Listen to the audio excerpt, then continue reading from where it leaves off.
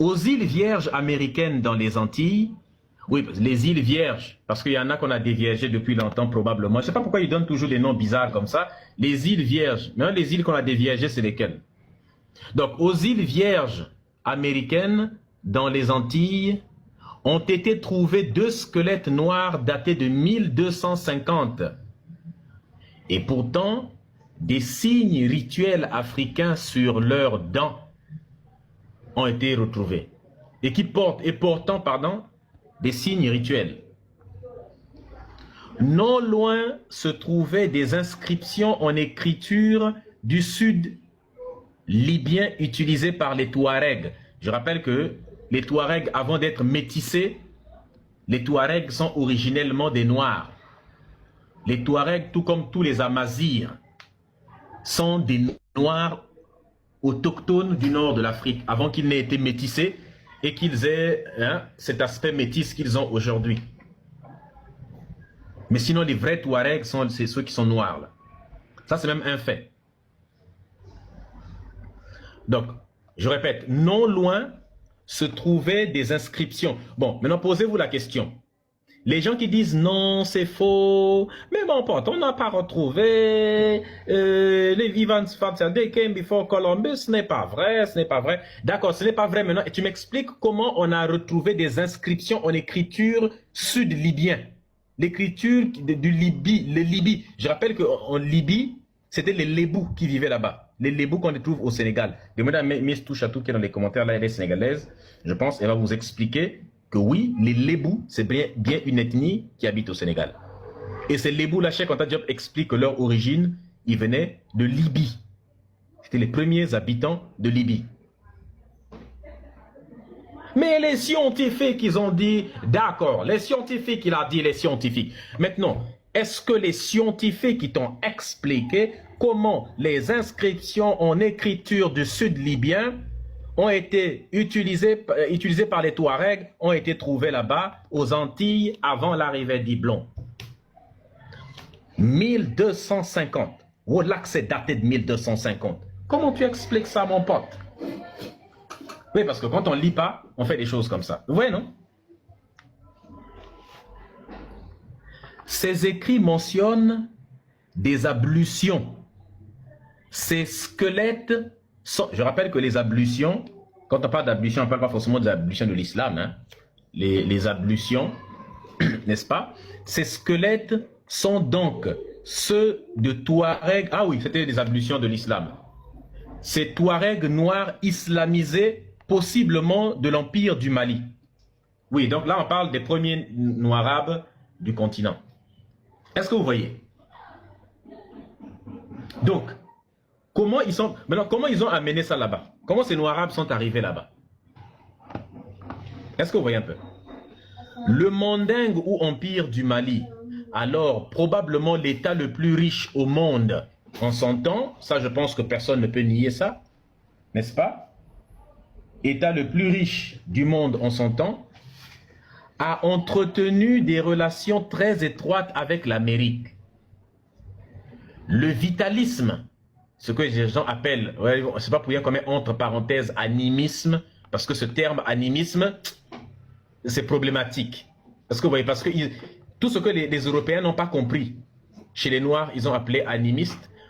En Asie, ils ont appelé le taoïsme animisme, le shintoïsme animisme.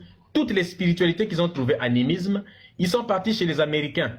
Toute la spiritualité des Amérindiens d'Amérique, hein, enfin Amérindiens, ils ont appelé ça animisme. En fait, tout ce qui n'était pas européen, ils appelaient ça animiste. Partout, c'est comme ça qu'ils appellent ça. Sans prendre conscience des spécificités de l'organisation, de la compréhension de la philosophie qui se trouvait derrière ces spiritualités, vous les mettez dans un terme fourre-tout.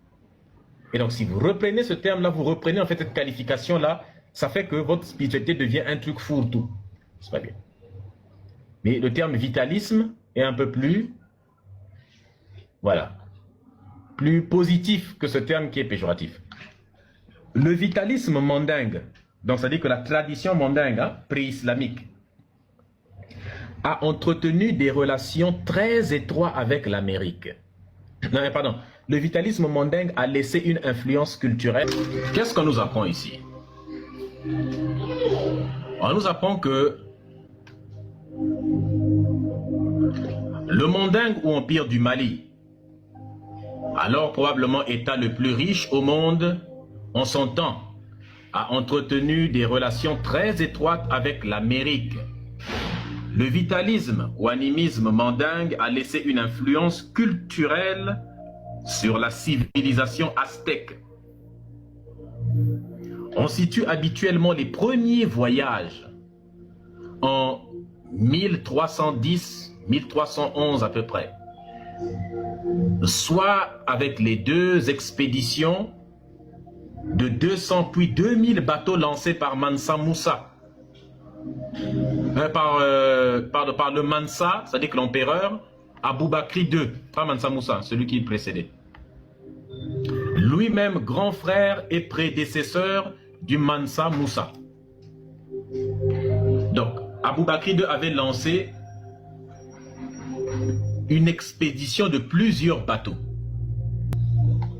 Mansa Aboubakri Keïta II du Mali, traversant l'Atlantique en 1311, à la tête de son armada phénoménale de 2000 bateaux, partis des côtes du Sénégal et de la Gambie actuelle, donc Sénégambie. On dit côte sénégambienne. Ce seraient donc des milliers de mandingues qui sont arrivés en Amérique lors des premières expéditions. Illustration de l'Afro-Américain Kefra Burns.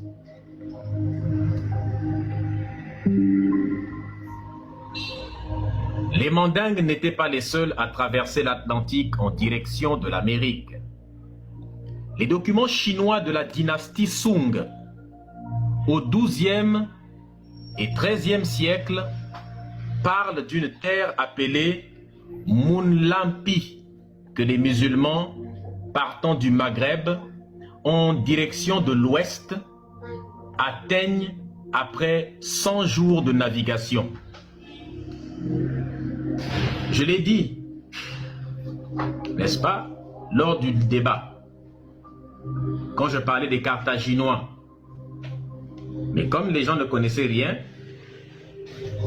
les témoignages et des données linguistiques montrent que ce sont les Arabes qui ont apporté le maïs indigène de l'Amérique au reste du monde. Les mêmes documents chinois indiquent aussi les Arabes possédant un fruit qui semble être la citrouille indigène d'Amérique. Or, par arabe, il faut entendre les premiers Maures, qu'on appelle souvent arabes, en réalité n'étaient pas arabes, ils étaient noirs. Je l'ai déjà montré ici, démontré plusieurs fois, que les Maures sont des noirs, ceux que l'on qualifie souvent d'arabes.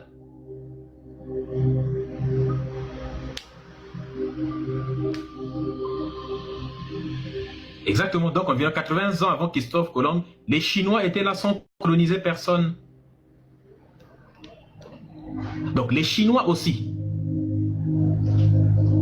Pourtant, ils n'ont colonisé personne. Donc, les peuples colonisateurs qui se cachent derrière le fait de dire que oui, mais tout le monde faisait ça. Si nous, on a colonisé et on a génocidé la terre entière, c'est parce que les autres le faisaient. Non, il y a des gens qui en avaient la capacité, comme les Chinois, mais qui ne l'ont pas fait. Ça dépend du type de peuple. Certains peuples ont ces comportements-là dans le sang.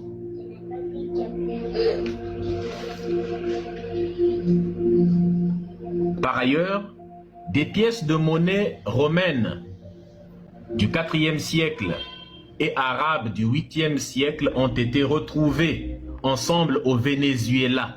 Comment c'est arrivé là-bas? Vous suivez Siwa Diop. Abonnez-vous pour approfondir vos connaissances.